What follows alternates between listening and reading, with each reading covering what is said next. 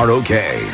We continue now with the Pigskin Preview. Dave Schmidt, Matt Nestor, and producer Tom Warner. We're going to stay in the Nick 10, and right now we go over to East, the E-Rabs, and Coach Gary Griffin starting his second year. And I think, Coach, this second year, you've had a little more time to get things together, install some stuff. Last year was kind of like, let's hurry up and get going because we're starting late. Yeah, you can say that again. We're pretty excited. Our kids have worked really, really hard in the off season, so we'll see what happens next Friday night. I was going to say, because year one, you're trying to establish program and culture. What have you seen, with the off season program and getting ready to start Friday? The difference, I guess, from last year to this year with the team. Well, I mean, the first thing we had to do is we had to identify and create an identity for ourselves and for our program. We had kids that were a little lost. And we really started to build with our younger guys, and we wanted to, instill in them what we wanted to do from start to finish, from the time they got into our building and they became part of the E until they graduated. So it all started there. We stayed away from the football stuff and worried more about character and just creating positive young men that when they graduate from East High School, they're going to be productive members of society. Football is secondary for us. You mentioned the lower levels. So how are numbers looking for the team? I know that's been a problem at East in the past. Are you getting numbers, not only at the varsity level, but starting to build up some of those lower levels? Yeah, last year we finished with 33 freshmen, and this year right now cleared, we're at about 29. We're expecting about 120 in our program by the end of next week, so we're fine. When you look at this, you guys get to open the season against Auburn, one of the preseason favorites, and I had a chance to watch you guys a couple times run during the summer basketball league over at East, and your kids actually were enjoying working out, running, and they were sweating because it was hot out there. That's got to make you really excited about this season. I'm just excited about our kids.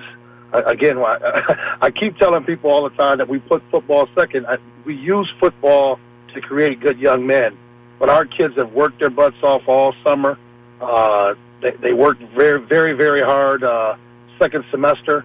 We did a great job, and me and my staff, just getting our kids organized in the classroom and to get to school and spend time together. I think that's been our biggest plus, is that our kids have spent a lot of time together outside of just seeing each other in the hallways or at lunchtime. But like you said, after school workouts and our stuff all summer has really, really helped our guys. When you talk about the kids, when we look at the offensive side of the ball, who's going to be the quarterback kind of leading the bunch, and who are some of the playmakers you're going to rely on?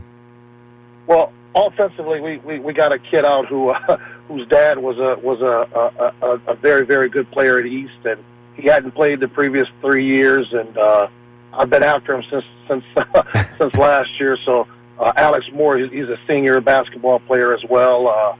He's probably going to end up nudging out that quarterback spot. But our sophomore, Kedrick Hardy's not afraid. So they're going to compete, and we're going to play both of them most likely. And we're pretty excited about our guys up front. We got a freshman coming in who just has been phenomenal for us at tackle, gut-rich kid. And, we got 2 seniors on the offensive line and 2 juniors. And our backs, Marquez Brown and Kevon Evans, and another kid, Devin Serrar. We're excited about them, but we're really excited about our young guys, Horton and Griffin. They're going to get some carries for us as well. So offensively, we're very, very excited because we're pretty young offensively.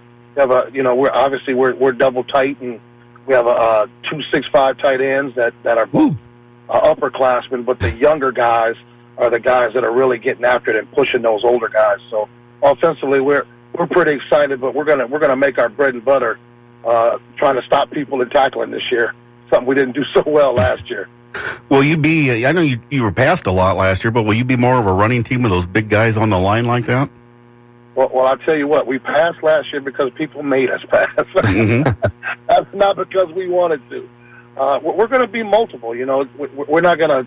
We're going to do what's best for our kids, and we're going to try to take what the defense gives us. We're not going to come out and be sold on anything. Whatever we can game plan for that weekend before and what we have installed, and we're going to try to just, be as multiple as possible, but we're going to try to put our kids in the best position. You talked about the defense, and obviously having size and speed is a good thing on defense, but you got to be able to tackle people. How is the defense coming along fundamentally, and what are you looking at there? Well, I tell you, we got the Davis twins, Ronald and Rondell at corners. They're they're going to be pretty darn good. Tyler Moore in the middle, and Martavian Jefferson playing free. But we moved him down now, so he's a backer now. So Laquan Harris moves from taking over at quarterback for us last year because he was forced to moving back to free safety. So our defense, I think, is about 90% seniors. And those guys have worked their butts off and studied really hard, and they are good tacklers. And it's the mentality of our kids that has changed over the last. We came in and took over in June, and so over the last 14 months, it's been a constant process of changing the mentality and changing the idea of our kids that you can't just worry about Friday night. We got to worry about all those nights leading up to Friday, and mainly we got to worry about those daytime things, like how they're going to act in the hallway, how they are in class, and how they are in the community when they represent our school. We've talked with other coaches about how the conference has improved as a whole and how that's pushed their teams. But for you guys, you look specifically at the rivalries with the Rockford City schools, with Auburn really improving their program, Guilford bouncing back after a couple of down years. How is that pushing you guys, just knowing that you guys got those rivalries right there? Well, I tell you that, we respect all those guys. I mean, I think Ken DeBose over at Jefferson is going to surprise a ton of people, and his work ethic is phenomenal. We talk every day. I try to help him as much as I can and learn as much as I can from all those guys. But I tell my staff and I tell our kids, we really can't worry about what anybody else does. We're not going to worry about them until it's time to get to them. We got to worry about what we do and get after it and work our butts off and try to outwork everybody else. Obviously to make the playoffs, you got to win the city first, and we don't have any goals of winning the conference. No one on my team can tell you who won the conference last year. I don't think because it's not relevant to us to win the conference. We want to make it. We want to be able to play 10 games in a season, and in order to do that, we got to win the city, and we got to beat a couple other guys and get in the playoffs. When you look at it, last year, I think, I don't remember which game it was, but you had a special teams big play at the end of the game, and you won that game. How are the special teams looking this year, Coach? Yeah, we're getting after it. We've been fortunate to attain a college guy that coached for me in high school in Wisconsin, and he's helped us a ton. Our guys are getting organized and getting after it, and just learning some things that, being a first-year coach and taking a job in June, made it difficult for us to be as prepared as we wanted to be. We didn't have enough guys for our staff. We didn't have the right guys all the time in the right place. We had to do what we could do to, like you said, kind of just get started. And we've been fortunate enough to add to what we needed and get things a little more in line with what I expect. And our guys are going to benefit from it. Actually, it wasn't a special teams play. It was I don't know what the heck you call it, but it was a broken offensive play, and he's just an athlete. He made a play, and that's why we were fortunate enough to get one last year. Hey, Coach, thanks so much for taking time today. We look forward to seeing you in those Rockford City Challenge games, and have a good last week before the first game. Hey, we appreciate it. We appreciate everything you do for the city conference. Thank you.